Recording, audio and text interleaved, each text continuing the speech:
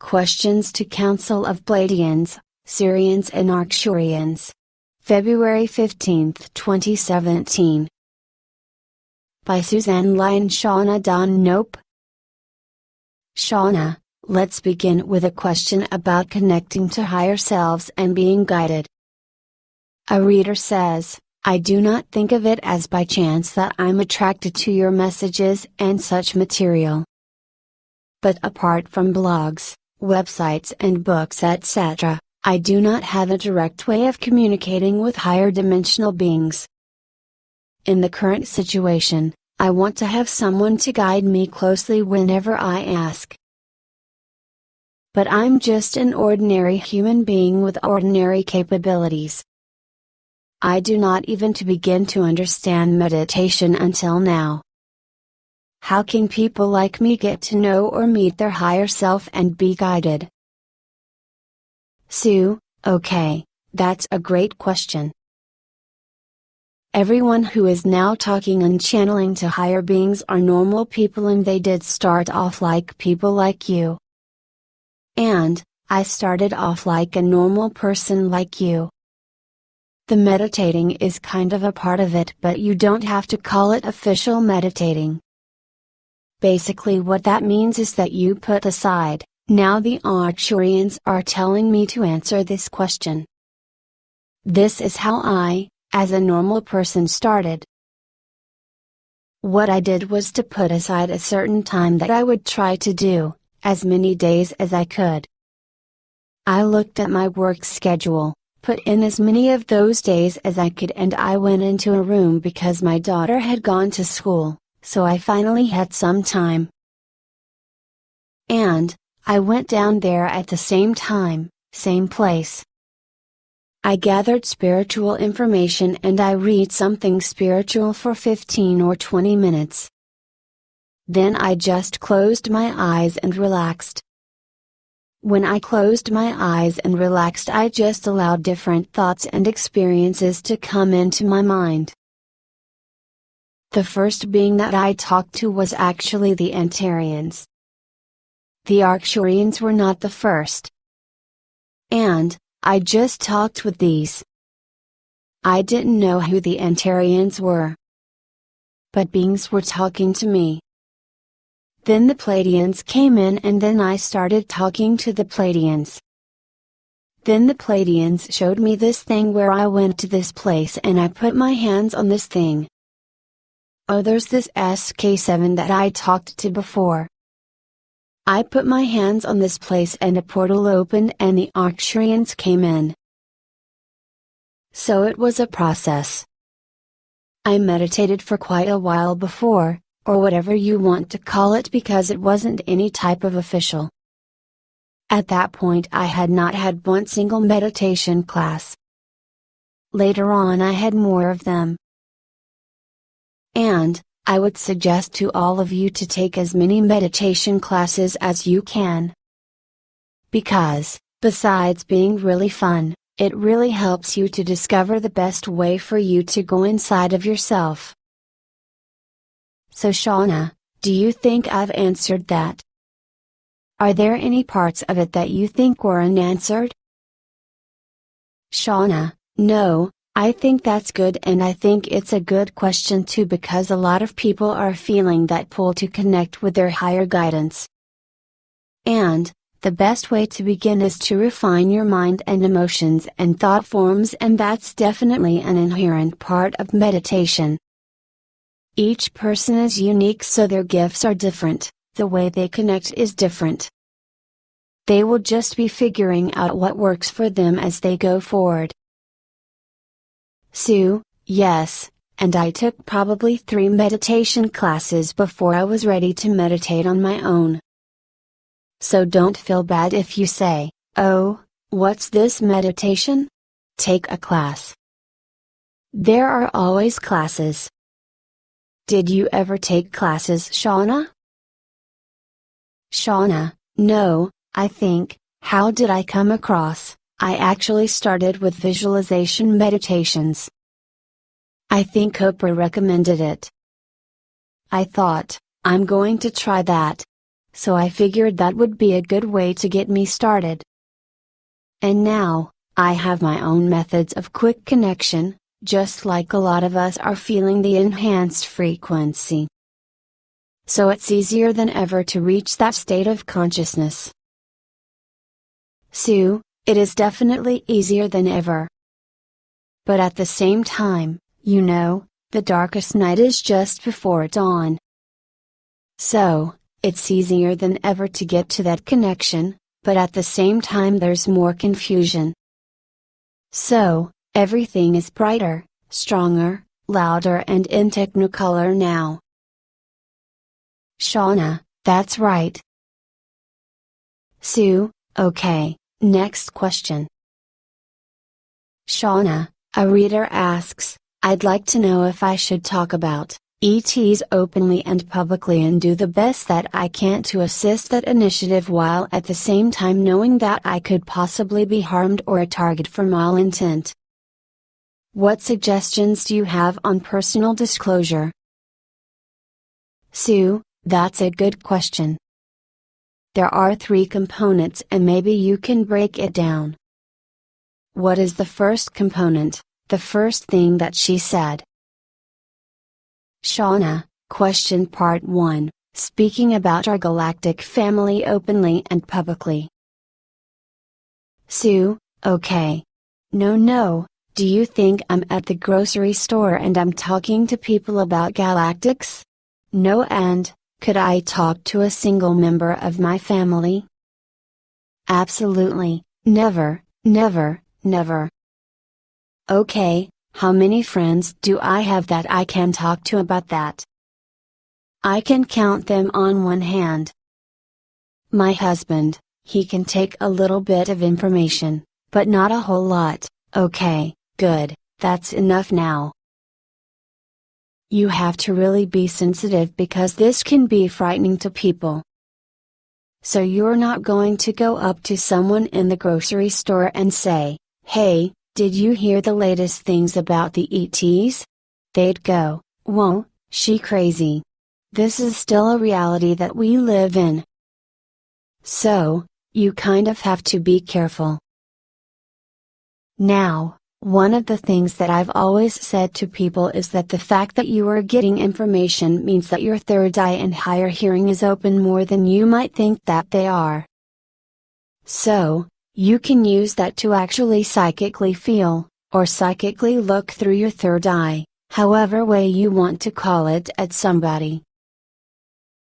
You can then see their aura. You can see whether or not, like if you see that there's a little break between the top of their head and their aura, no, they are totally not ready for that information. So, you really need to look with your third eye and feel with your high heart to determine whether or not those people are ready for that information. And, if they aren't, then don't tell them. And, you can always start off with, oh, what do you think about the ET stuff that's going on? How do you feel about galactics? Okay, if they haven't said anything, then you can say, I think it's the silliest thing ever, or oh wow, I think it's really cool. There you go. Shauna, do you want to add anything to that? Shauna, yes, well, it's an interesting discussion and this was actually brought up in our leadership group. We were discussing this, and we were trying to figure out what makes sense to share with our family members. And, sometimes we receive guidance that we are to tell our families. And, how we decide to do that is maybe up to us. And, like you said, maybe it's just a little tidbit of truth or a seed that can be planted to create an expanded awareness when the time is right. And, maybe a little light goes off in their head, like, oh, maybe I'll have to check that out. Each person's different. So you'll have to see what makes sense to share with each person. It's unique. Sue, yes, and what the Arcturians have said many times is that we're like Johnny Appleseed. and we're going around the world and we're dropping little seeds. Sometimes there are seeds and sometimes there's the parable from the Bible. Sometimes the seed will land on a harsh rock and it's burnt and it can't grow. Sometimes the seed will fall into the water and it's too much water and it drowns and it can't grow. But, sometimes the seed drops right on perfect soil with a perfect amount of water and then that seed will grow. So you can just drop your seeds and just drop the seed and you find out what your seed is. But, also remember, and I might have said this already, but remember that you can use your third eye to look at somebody and look at the top of their head. If there's a little disconnect between the energy field above their head and their actual head, they're not ready yet. So, that's okay. It's not your job, you don't have to prepare them. Please, don't try to prepare them or anyone because this is really out there stuff for a lot of people. So your best is to just wait until they get to that first part on their own and then you can share it with them. What do you think about that, Shauna? Shauna, each person, if they're ready and willing, will be open when the time is appropriate. Everybody has their own awakening schedule, and if it's not their time, eventually that will happen, but it's not for us to impose that information on others. Just have a sense that they are ready to have a little boost of information, and that's where we can assist. Sue, sometimes, and I can remember one time I was in a dock in Northern California, it seems like a pretty redneck place, and this person yelled out across the dock some spiritual thing about spaceships. I turned around and thought, wow, I would never, in a million years think that somebody like this, but, he was a fisherman. He was a fisherman and he's out with nature all day long. So, it depends, you never can tell. Sometimes you're surprised by the people that are really interested in this. Shauna, yes, and it's interesting if we imagine every person on the planet, and I'm sure everyone has a personal story to share, but we have fear within ourselves to discuss these things. That's programming that's been built in along the way, I'm sure, to keep us from feeling like we can share openly. And, that leads to the next part of the question. Question part 2, should we hold fear about any repercussions about sharing truths like these? Arcturians, now, the question of, should we hold fear has two parts. 1, should we hold fear? Now the answer to that is no, you should really set your intention. Do not hold the fear. Now, that does not mean, should you have fear? Because fear is a warning. Fear is not a bad thing. Fear is the warning.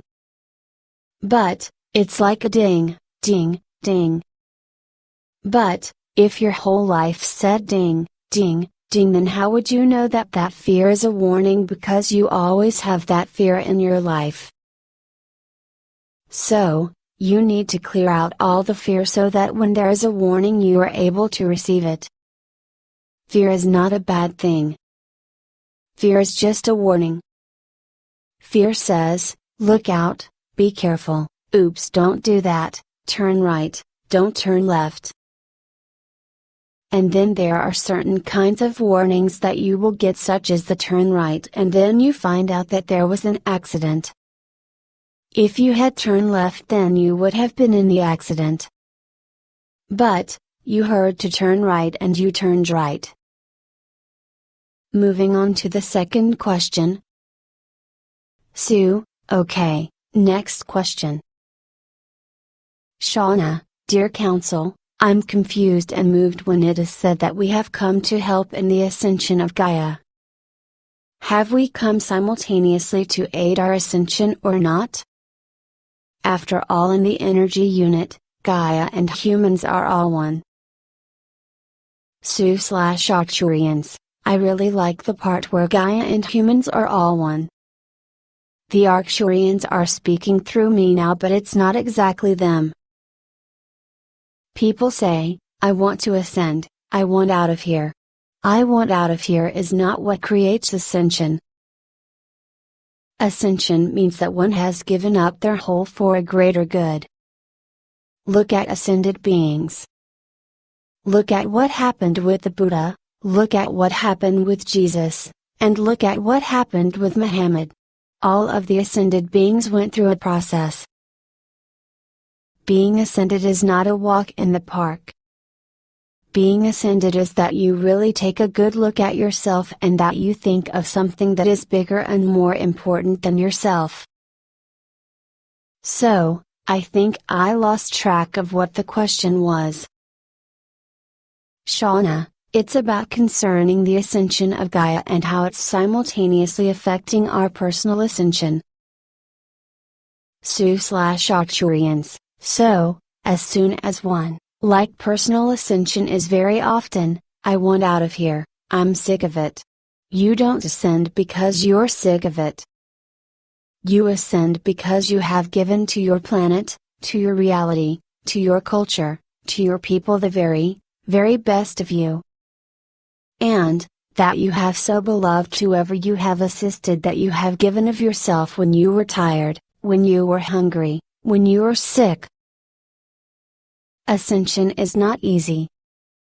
Planetary ascension is even more difficult because not only is one person lifting their one person, all of the people that are able to embrace the concept of ascension and daring enough to believe in themselves and believe in their own inner guidance, if they all band together and they band together with Gaia, now that is what creates an ascension energy field.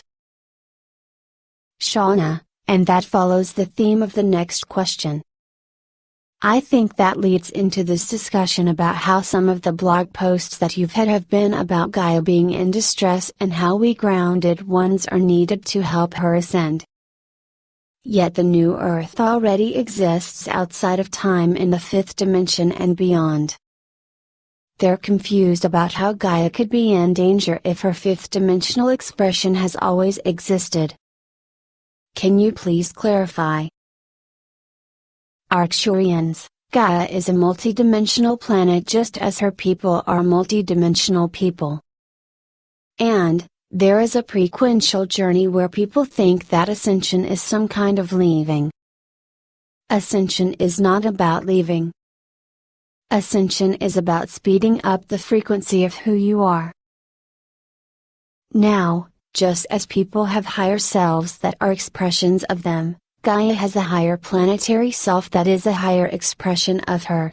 All of reality is multidimensional. So, that seems like that answers part of the question but not all of it. What do you think, Shauna? Shauna? Yes, I think it's helpful to understand what that term is and how we interpret what we call ascension. That was a good explanation of the higher frequency, and how I guess she has a higher dimensional planetary expression, so that expression is what always existed and always will. But, this is the planet itself reaching a new heightened frequency to become that? Sue/Arcturians, well, it's a return. Ascension is really a return. Just like humans have all these different, they have their third dimensional self, fourth, fifth, sixth, seventh, eighth, ninth, 10th. And, the planet, Gaia chose to lower her frequency down into a rate where it would be a third dimensional frequency. This is a frequency where there is separation between good and bad. And this is a frequency where there is time. And this is a frequency where there is cause and effect. That's her third dimensional self. So just like we as people decide that we would like to go down into the lower frequencies and experience the lower frequencies because we have always known the higher frequencies. Now Gaia, it's not that there are all these different planets. there's only one planet as there is only one of each of us. But that one, actually planet with people is a little bit different because we have different incarnations. But it's still us. We've got the one soul. And, Gaia has the one soul. And, Gaia as an intelligent being wanted to experience being a third-dimensional being, and she has now completed that experience, and so she's going back up to the being that she's always been. And it's not that there are different ones because they're all connected, but you can't perceive them unless you have the state of consciousness to be able to perceive them. With your third-dimensional consciousness you can perceive the third dimension. With fourth-dimensional consciousness, that's your dreams and your higher creativity. You can perceive that. With your fifth-dimensional consciousness then you can perceive your light body, you can perceive Gaia's light body. Gaia has a body made of light just as we have bodies made of light. We are a component of the planet. And, Gaia is us. And as we move more and more into the fifth dimension we release that whole third-dimensional program of separation and limitation, and we move into that fifth-dimensional program of communication, unity and blending. As we blend more and more then we can go into higher and higher frequencies because we don't, if you have one ball, one big ball, you can throw that one big ball and it will all go in one place.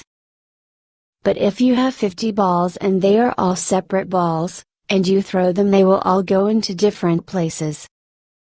But, if you take all of the 50 balls and put them in one big ball they are all going to go to the same place. What do you think of that? That's kind of a unique analogy. Shauna, yes, when I think it's an important point about the microcosm and macrocosm. And the deeper level of this question is that we're all connected. Out of curiosity, what if we, all as a collective, even what we call light workers who are working for the advancement and the evolution of humanity, what if we said, no thanks, we don't want to play the game? What if we all said that? Would there truly be a danger of not returning to that higher state of consciousness? Sue, well, definitely the ones that said that, the reality, we are the creators. Our higher selves, we can't harm our higher selves. Our higher self is like a little baby, an infant in a little carriage. And that little baby in the carriage can't hurt anybody. It's a little baby inside of a carriage. So we're like little babies inside of this earth carriage. Now if you had 3 or 4 little babies in the earth carriage they might hurt each other. And, that has a lot to do with where in dense populations there is often more violence because there's more people crammed up against each other and less space where they can go off on their own and take a breath and be with nature and say, phew, I got really upset and I need to calm down and find my center. But, it's hard to find your center if there's people teeming everywhere. And there are civilizations like that every street is always filled with lots of people. But, a lot of those cities, like in India, have gurus and everybody has a spiritual life. And, they have learned that in order to live in that kind of density, they have to have a spiritual life because that's how they find that oneness, that sense of themselves that is their self. Sue, did we answer all of that question?